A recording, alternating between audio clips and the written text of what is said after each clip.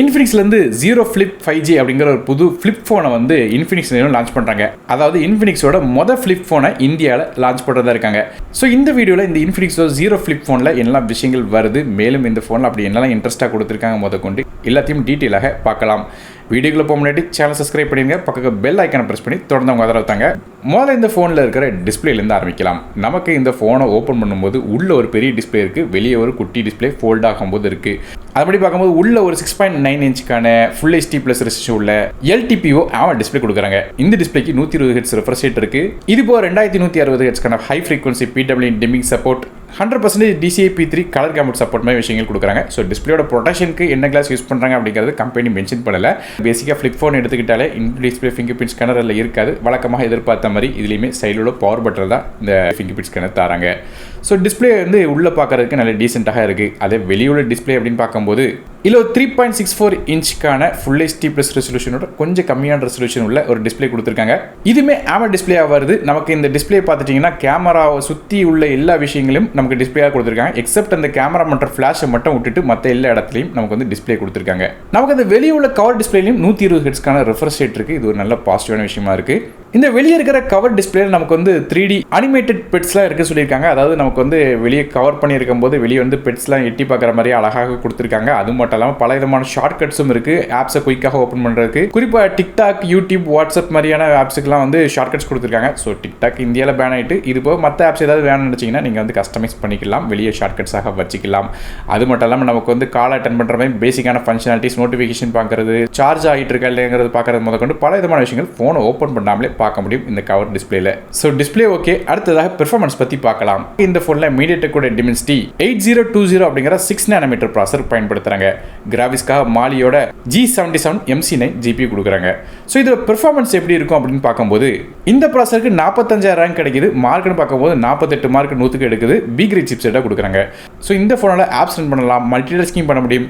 கேம்ஸை பொறுத்தவரை நமக்கு வந்து entry games, mid setting games, ஹெவியான கேம்ஸ் கூட விளையாட முடியும். ஓரளவு டீசெண்டாக கண்டிப்பாக வந்து இந்த ஃபோனோட பெர்ஃபார்மன்ஸ் இருக்கும். இது போக ஃப்ளிப் ஃபோன் அப்படின்னாலே அதில் இன்னொரு விஷயம் கவனிக்கப்பட வேண்டிய விஷயம் கேட்டிங்கன்னா அதோட ஹிஞ்ச், அதாவது நமக்கு ஓப்பன் பண்ணி க்ளோஸ் பண்ணும்போது ஒரு குவாலிட்டி எப்படி இருக்கும் அப்படிங்கிறது வந்து முக்கியமான விஷயம். அந்த வரிசையில் இந்த ஹிஞ்சால் நமக்கு வந்து கிட்டத்தட்ட 4 லட்சத்துக்கும் அதிகமானதில் ஃபோனை ஓப்பன் பண்ணி க்ளோஸ் பண்ணலாம் சொல்கிறாங்க. அதனால் இதோட லைஃப் வந்து ரொம்பவே நல்லா இருக்கும்னு சொல்லலாம். மற்றபடியாக ரேம் மற்றும் இன்டர்னல் ஸ்டோரேஜ் அப்படின்னு பார்க்கும்போது இந்த ஃபோன் ஒரு கான்ஃபிகரேஷனில் வருது. 8GB RAM with 512GB storage அப்படிங்கிற கான்ஃபிகரேஷன் வருது. நமக்கு 8GB வரையும் எக்ஸ்டெண்டபிளும் பண்ணிக்கலாம். அதாவது மொத்தமாக 16GB RAM நமக்கு இந்த ஃபோனில் கிடைக்கும். ஃபோனோட வாய்ஸ் அப்படின்னு பார்க்கும்போது Android 14 பேஸ் பண்ண வாய்ஸில் ரன் ஆகுது. நமக்கு இன்ஃபினிக்ஸோட XOXல ரன் ஆகும் எதிர்பார்க்கப்படுது. இந்த ஃபோனுக்கு 2 வருடத்துக்கான வாய்ஸ் அப்டேட்ஸும் 3 வருடத்துக்கான செக்யூரிட்டி பேட்ச் அப்டேட்ஸும் தரதாக கம்பெனி அஃபிஷியலாக சொல்லியிருக்காங்க. அடுத்ததாக கேமராஸ் பற்றி பார்க்கலாம். ஃபோனோட பேக் சைடு நமக்கு 2 கேமரா இருக்குது. மொதல் கேமரா ஒரு 50 மெகாபிக்சலுக்கான மெயின் கேமரா கொடுக்குறாங்க. ரெண்டாவதாக ஒரு 50 மெகாபிக்சலுக்கான அல்ட்ரா வைட் சென்சர் கொடுக்குறாங்க. ஸோ ஃபோனோட பேக் சைடு நல்ல ஒரு குவாலிட்டியான 2 கேமராஸ் டியூவல் கேமராஸாக கொடுத்துருக்காங்க. ஸோ ஃபோட்டோஸ் எடுக்கிறதா இருக்கட்டும், வீடியோஸ் எடுக்கிறதா இருக்கட்டும், எல்லாருக்குமே இந்த ஃபோன் நல்லா இருக்குன்னு சொல்கிறாங்க. குறிப்பாக இந்த ஃபோனை வந்து நம்ம ஃபோல்டு பண்ணி வச்சுட்டோம்னா vlog எடுக்கிற மாதிரி எடுக்கலாம்னு சொல்கிறாங்க. அதாவது மினி வீடியோ ரெக்கார்டர் மாதிரி நமக்கு வந்து சைடில் அப்படி திருப்பி வச்சுட்டோம்னா அதை வச்சு நமக்கு ஹோல்ட் பண்ணுறதுக்கு வசதியாக இருக்கிற மாதிரியாக வீடியோ எடுக்கலாம் சொல்கிறாங்க. அது மட்டும் இல்லாமல் இந்த 8 மெகாபிக்சலுக்கான அல்ட்ரா வைட் சென்சர் மூலமாக 150 டிகிரி அல்ட்ரா வைட் சென்சர் எடுக்க முடியும். மேலும் பிரைமரி கேமராவோட 4K ஃபுட்டேஜ் வந்து கேப்சர் பண்ண முடியும். இது போக vlog எடுக்கிறவங்களுக்காக பில்டினாக ஒரு AI vlog மோடும் கொடுக்குறாங்க. மற்றபடியாக செல்ஃபி கேமரா பற்றி பேசலாம். ஃப்ரண்ட் சைடில் 32 மெகாபிக்சலுக்கான ஒரு ஆட்டோ ஃபோக்கஸ் கேமரா கொடுக்குறாங்க. இல்லை ஃபேஸ் டிடெக்ஷன் ஆட்டோ ஃபோக்கஸ் சப்போர்ட்டும் இருக்குது. ஃபோனோட வெயிட்டை பொறுத்தவரை நமக்கு 165 கிராம் வருது. அதே ஸ்பீக்கர்ஸை பற்றி பார்க்கலாம். இந்த ஃபோனில் டியூல் ஸ்பீக்கர் தராங்க. JBLோட ஆடியோ என்ஹான்ஸ்மெண்ட் சப்போர்ட்டோட, அதாவது JBL ஸ்பீக்கர் பயன்படுத்துகிறாங்க. ஹைரஸ் ஆடியோ சப்போர்ட்டும் இருக்குது. அதனால் ஆடியோஸும் நல்லா இருக்கும். மற்றபடி நெட்வொர்க்ஸ் பற்றி பேசுவோம். இந்த ஃபோனில் 5Gக்கான SANC சப்போர்ட், 4Gக்கான VoLTE, dual band wifi, bluetooth 5.2, GPS மாதிரியான விஷயங்கள் தராங்க. இது போய் NFC-யும் இந்த ஃபோனில் இருக்குது. அடுத்ததாக பேட்டரிஸ் பற்றி பார்க்கலாம். இந்த ஃபோனில் 4720 mAh பேட்டரி கொடுக்குறாங்க. இதை சார்ஜ் பண்ணுறதுக்கு 70 வாட்க்கான வைடு ஃபாஸ்ட் சார்ஜிங் சப்போர்ட் தராங்க. இது மூலமாக வேகமாக சார்ஜ் பண்ண முடியும் அப்படிங்கிறத மென்ஷன் பண்ணியிருக்காங்க. கடைசியாக இந்த ஃபோனோட விலையை பற்றி பார்க்கலாம். நமக்கு ஃபாரினில் லான்ச் பண்ண ப்ரைஸிங் வச்சு கம்பேர் பண்ணி பார்த்தோம்னா இந்த ஃபோனை 55,000 அப்படிங்கிற ப்ரைஸிங்கில் லான்ச் பண்ணியிருந்தாங்க. ஆனால் இந்தியாவுக்கு ரொம்ப என்ன ப்ரைஸிங் எடுத்து வராங்க அப்படிங்கிறது தெரியல. கண்டிப்பாக ரொம்ப சீப்பாக இருக்க போகிறதில்ல. ஆனால் எப்படி பார்த்தாலும் இந்த 50,000 செக்மெண்ட்டில் இருக்கிறதுக்கான வாய்ப்புகள் அதிகமாக இருக்குது.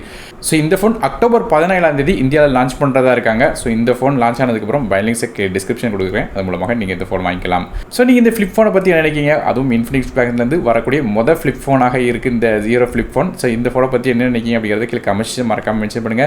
வீடியோ பிடிச்சா லைக் கொடுத்துருங்க. உங்கள் ஃப்ரெண்ட்ஸ் ஃபேமிலிஸ்க்கு ஷேர் பண்ணிவிடுங்க. நாரும் டெக் தமிழுக்காக மற்ற வீடியோஸ் நிற்கிற நன்றி, வணக்கம்.